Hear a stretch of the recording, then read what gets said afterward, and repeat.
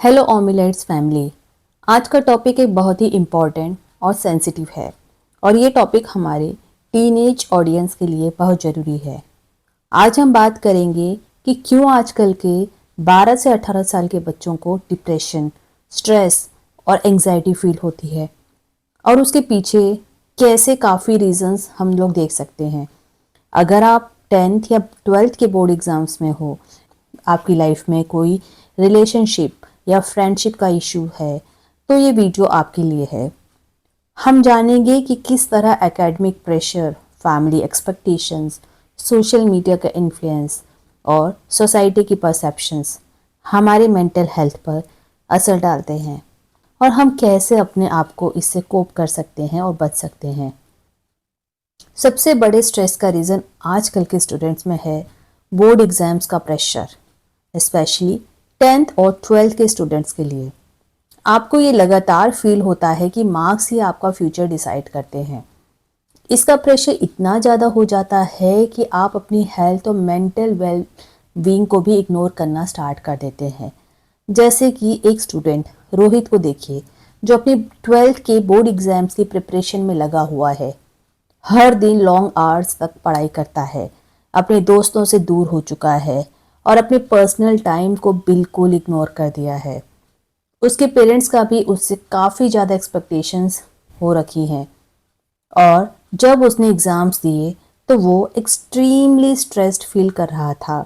इस प्रेशर की वजह से उसने अपनी हेल्थ को इग्नोर किया और मेंटल हेल्थ इश्यूज़ का सामना करना पड़ा।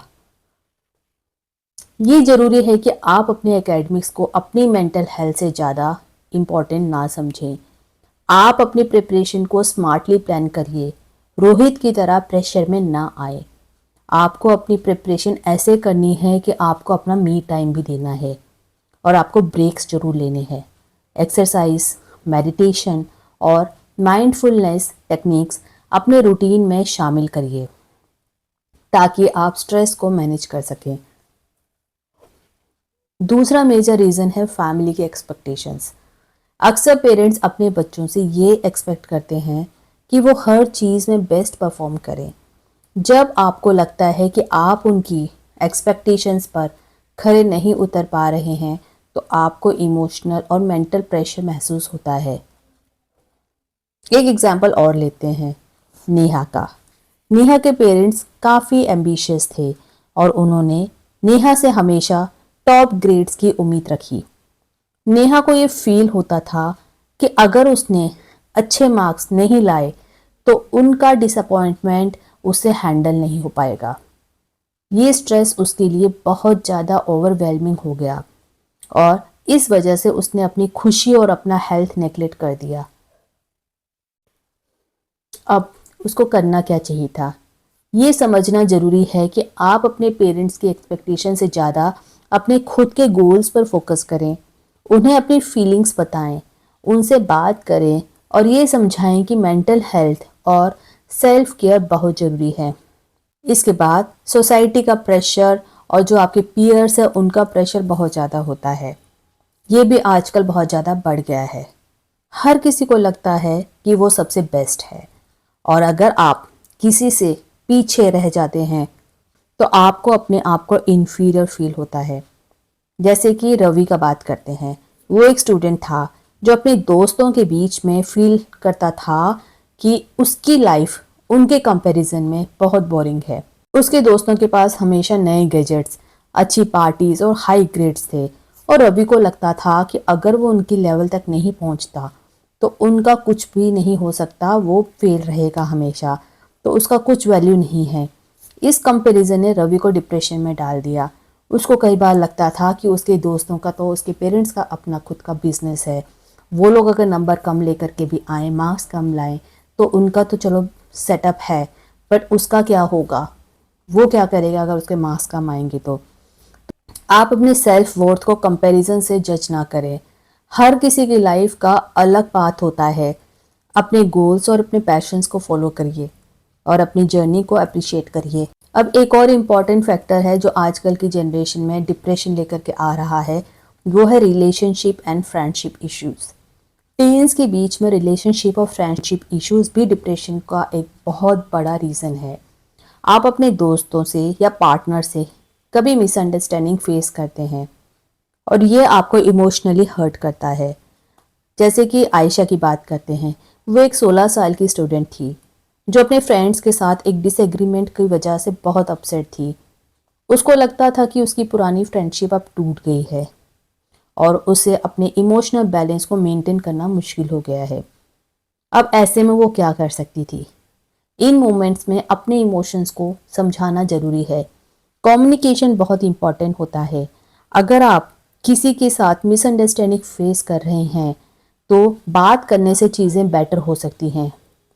सेल्फ केयर और टाइम फॉर योर सेल्फ भी ज़रूरी है ताकि आप अपने मेंटल हेल्थ को मेंटेन कर सकें। इसके बाद एक इम्पॉर्टेंट फैक्टर आज की डेट में है, वो है social media influence. Social media का भी डिप्रेशन पर बहुत बड़ा इम्पैक्ट होता है। हर कोई अपनी परफेक्ट लाइफ दिखाता है और जब आप अपने आप को उनसे कंपेयर करते हैं तो आपको लगता है कि आपको किसी चीज़ की कमी है। एग्जाम्पल के तौर पे सना की बात करते हैं, जो अपने सोशल मीडिया फीड्स देखते हुए लगातार अपने आप को कंपेयर करती थी। उसको लगता था कि वो फ्रेंड से ज़्यादा इंटरेस्टिंग और एक्साइटिंग लाइफ नहीं जी रही है और इससे उसकी सेल्फ एस्टीम को काफ़ी नुकसान पहुंचा। जबकि हाँ, होना ये चाहिए था। ये ज़रूरी है कि आप सोशल मीडिया को मॉडरेट तरीके से यूज़ करें। Focus on your real life और सोशल मीडिया से थोड़ा ब्रेक लेना आपके लिए बहुत ज़रूरी है और रेस्ट करें। सोशल मीडिया ज़्यादातर लाइक्स के लिए, फॉलोअर्स के लिए और इनकम के लिए होता है। अगर आपको लगता है कि उनकी लाइफ भी असली में ऐसी है तो वो बिल्कुल नहीं है। वो दिखाते हैं जो लोग देखना चाहते हैं, वो उनकी रियल लाइफ नहीं होती है। तो ये थे कुछ मेजर रीजंस जो आजकल के टीन्स को डिप्रेशन और स्ट्रेस का शिखर बना रहे हैं। अगर आपको लगता है कि आप किसी प्रेशर या स्ट्रेस में हो, सबसे ज़रूरी बात है आप अकेले नहीं हो। आप अपने इमोशंस को समझाने और अपनी मेंटल हेल्थ को इम्प्रूव करने के लिए प्रोफेशनल हेल्प ले सकते हैं। Remember, your mental health is just as important as your physical health. अगर आपको ये वीडियो हेल्पफुल लगा हो तो लाइक करें, शेयर करें और अपने थॉट्स कमेंट में ज़रूर बताएं। उम्मीद करते हैं आपको वीडियो इन्फॉर्मेटिव लगी होगी। अगर आपके भी आसपास कोई बच्चा है, टीनेजर है जो कि बहुत ज़्यादा डिप्रेशन में है तो उसकी मदद करें, उसको अकेला बिल्कुल ना छोड़ें। और बच्चों को भी समझना चाहिए कि किसी तरह का प्रेशर वो ना लें, ये भी एक फेस है, निकल जाएगा। बस अपनी कंपैरिजन किसी के साथ ना करें। अपनी सेल्फ वर्थ, अपनी सेल्फ प्रेज़ और अपनी सेल्फ एस्टीम को बना के रखें। वीडियो को आपने एंड तक देखा इसके लिए बहुत बहुत धन्यवाद। Thanks for watching.